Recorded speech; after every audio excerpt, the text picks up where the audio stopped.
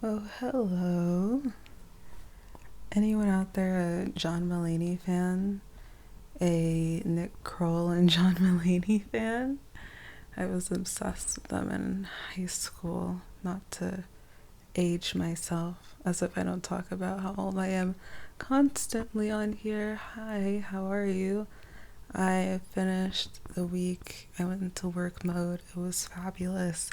I haven't experienced working in a way that felt really good to me in a while.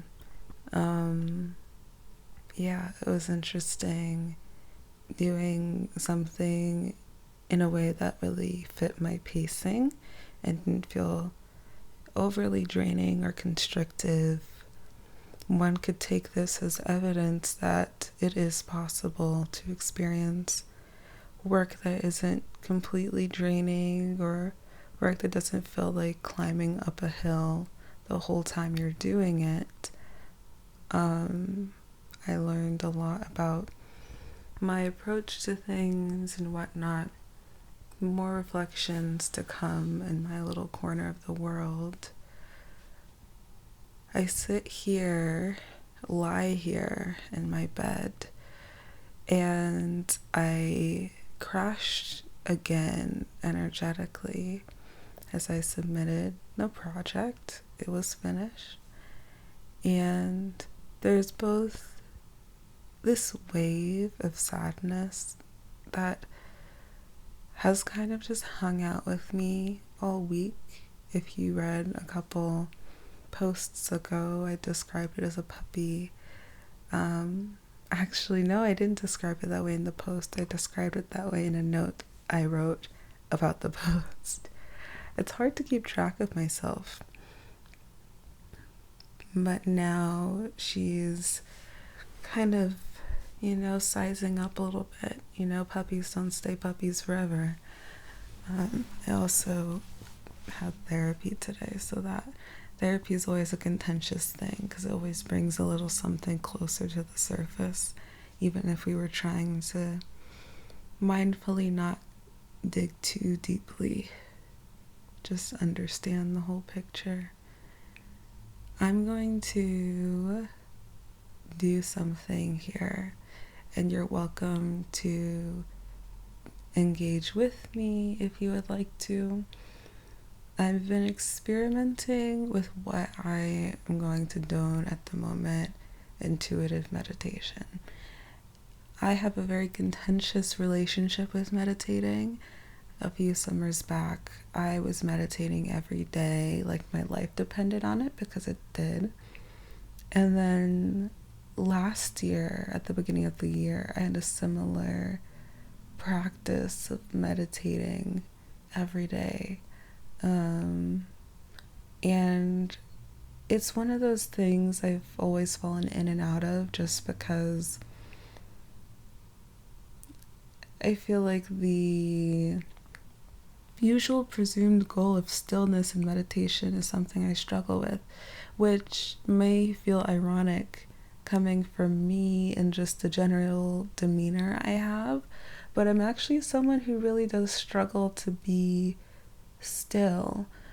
I can be slow and mindful, but to fully slow down is hard for me to do. I'm like a river in that way. I'm like the ocean in that way. Never completely still, but can induce a sense of inner stillness when you're present with the motion and movement of something.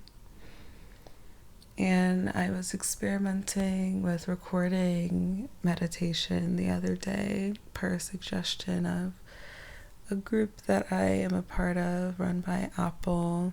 You should investigate her work. I'll link it, of course, as I do anything I mention in these audios. But it's not the first time that, leading meditation or using my voice for meditation has been expressed to me, to the point that it's kind of become like a unspoken bit in my life. But for the point, when I was recording it the other day, I found that even just recording this very random attempt at guiding a meditation was really soothing for me and grounding for me, which says a lot, again, as someone who personally really struggles with meditating. And maybe it's the process of being spoken to kindly, even when it's just coming from yourself. Maybe it's just making something suited for me in the same way that my writing often soothes a part of me that I don't feel soothed by when I read other people's work very often. Or maybe a secret third thing. Regardless, I was listening to meditations partially for research and partially for self-soothing because I've been more anxious than usual today. And as I was listening back to my crappy meditation from the other day, it made me think, you know what? I feel like I could benefit from meditating or doing a little intuitively led guided meditation. Intuitive in the sense that this is unscripted, it's coming off the dome. So, yeah. But I'm lying here. If you want to get comfortable somewhere, feel free to. I also struggle with the sit on the floor cross-leg thing because tight hips, we've discussed this. Sometimes they're like sit in a chair. I feel like lying down to meditate's always nice. Some people like to walk, go into a meditative state when they're walking. Don't do anything dangerous like drive a car and try to engage in meditation. But if you just want to listen in while you're doing stuff, feel free. But as I'm lying here, first step to meditating is always getting into the breath a little bit. So I'm going to count the breath that I always like to return to whenever I'm trying to get into a more grounded state. All right?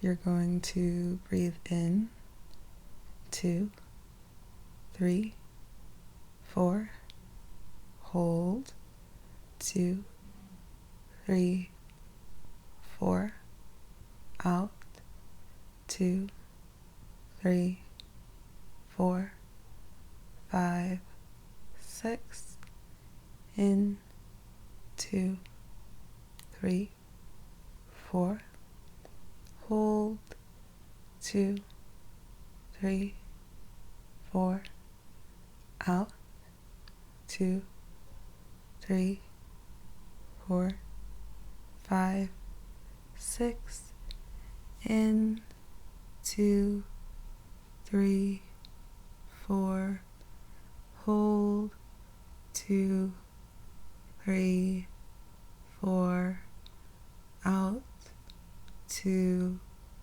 3, 4, 5, 6, in 2, 3, 4, hold 2, 3, 4, out 2, 3, 4, 5, 6.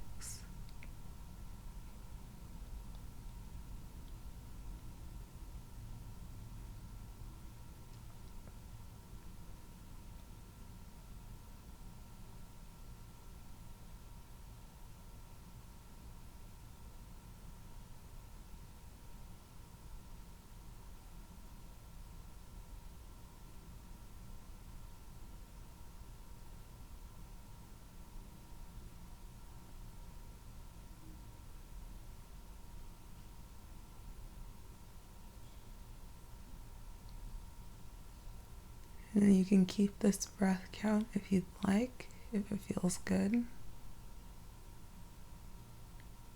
You can sit into a more natural breath, maybe how you were breathing before. I like to do this count because you get a longer exhale And that's how we breathe while we're sleeping. Shorter inhale, longer exhale. So if you're anxious, you need to come back to a calmer breath. Remember, longer exhale.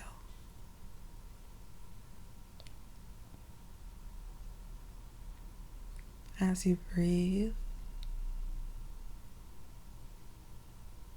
it's nice to think about your breathing. The breath is talked about a lot in a lot of practices like this. I mean, breath is life. We have breath work. We have all these different kinds of breath patterns we do. Even yoga, the breath is very important. The breath is a guide, it's an anchor, especially when we're trying to get into a more grounded, mindful space. So feel your breath. Feel it like an ocean, like a wave coming in and out of you. You draw it in like the ocean drawing back into itself. You let it go like the waves climbing back up the shore. Maybe you're trying to draw in an energy, a calmer energy, a lighter energy. Maybe you want to release a heavier energy, a harder one to sit with.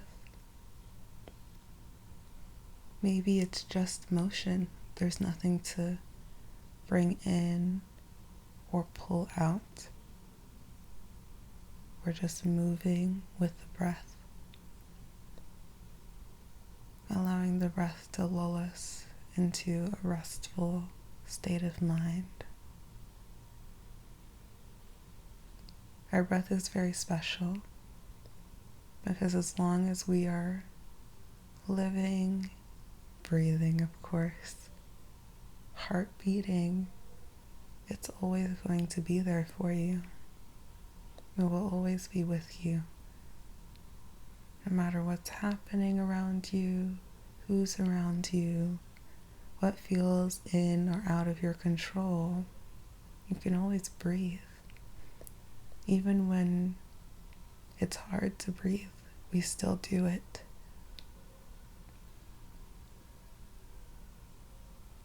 You can think about it and be present with breath, or you can allow your focus to move to a different part of the body.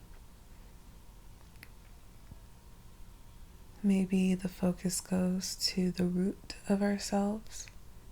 For some people, this can be the feet. For others, it's the bottom of our pelvis, tailbone area maybe. Allow yourself to breathe into your roots. If you're feeling extra woo, your root chakra. Breathe into it. Allow it to ground you, to hold you, just like you hold your breath.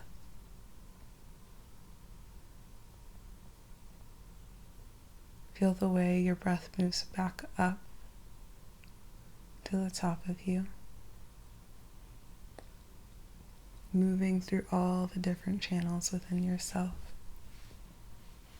If you're a chakra person, the sacral, the heart, the solar plexus, the third eye, the throat chakra, not quite the crown.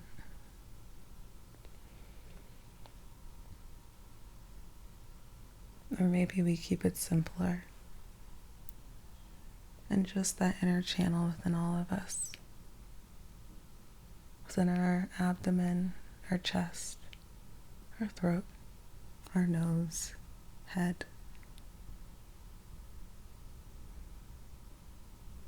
No matter what language we use, The body knows how to hold us. That's a beautiful thing. Just being present with how the body holds itself. No matter what state or feeling we're in, whether we're feeling buzzy, excited, whether we're feeling anxious, maybe a little scattered, we're feeling drained, low, sad. I was feeling sad today. And you keep breathing. And you can always return to that.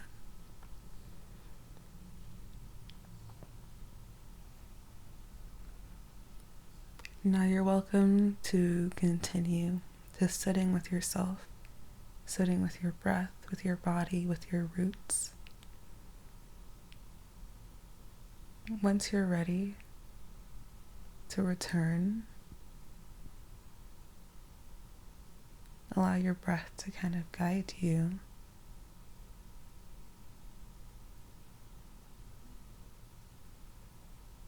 Allow yourself to start moving bits of yourself.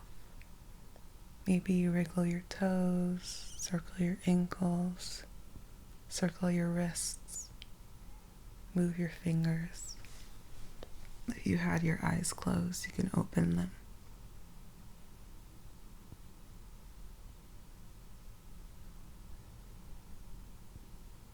Allow your breath to move you.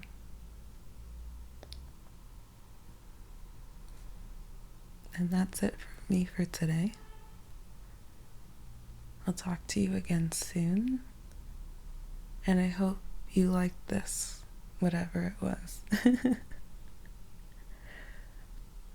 Until the next time.